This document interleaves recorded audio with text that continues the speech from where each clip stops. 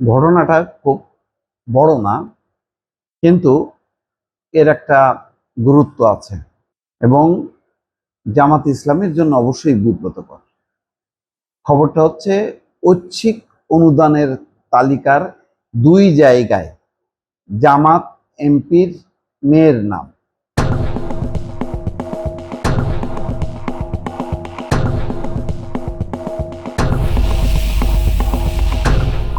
অনুদান মানে এগুলোরও দান অনুদান, মানে খুবই যারা দরিদ্র শ্রেণীর মানুষ তাদেরকে দেয়া হয়। তো সেখানে ঘটনাটা হচ্ছে যে 2 জায়গায় যে তালিকা পাঠানো হয়েছে সেখানে 1 এবং 8 নম্বরে রয়েছে ফাইজা। 2 নামের পাশে বাবার নামের স্থলে লেখা যথাক্রমে মোহাম্মদ বাচ্চু এবং আতাউর। 2 নামের পাশে টাকার পরিমাণের ঘরে 10,000 টাকা করে লেখা আছে। ফাইজা সংসদ সদস্যের মেয়ের নাম বলে ফেসবুকে প্রচারিত হতে থাকে।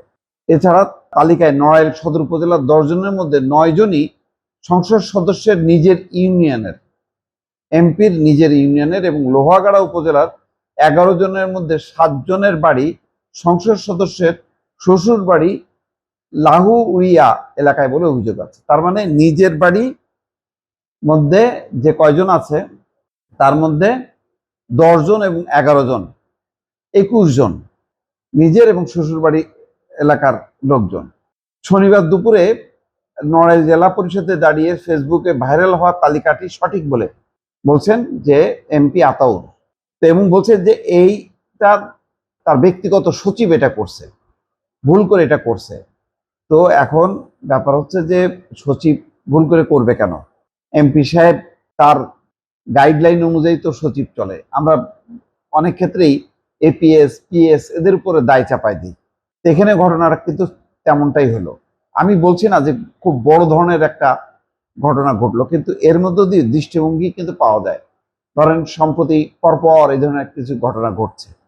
ওই যে হাসনাত আবদুল্লাহর গাড়ি চাওয়া, সেটাকে আবার জামাতের আমির শফিকুর রহমান সেটাকে সমর্থন দেওয়া, তারপর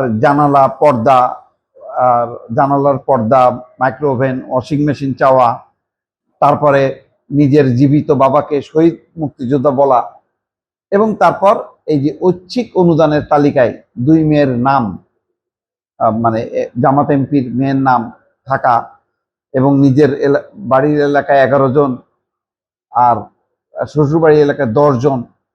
এই ঘটনাগুলো কিন্তু সংবাদ শিরোনাম হয়ে আসছে, সোশ্যাল মিডিয়াতে ব্যাপকভাবে ভাইরাল হচ্ছে।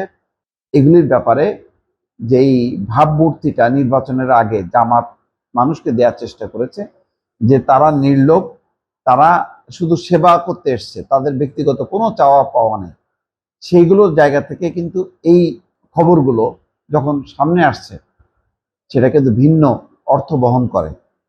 অর্থাৎ আগের সেই অবস্থান থেকে মনে হচ্ছে জামাত সরে এসে প্রচলিতভাবে যেভাবে এমপিরা নেপোটিজম করে, দলীয়করণ, আত্মীয়করণ, সেই কাজগুলি করছে এবং যত রকমের সুবিধা আছে সেই সুবিধাগুলো ভোগ করা, এই তালে আছে।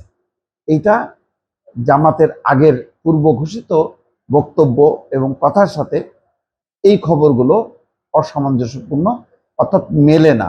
এই খবরগুলো যখন সামনে আসে তখন জামাতের এমপিদের ব্যাপারে একটা জনমনে নেতিবাচক ধারণা জন্ম নেয়।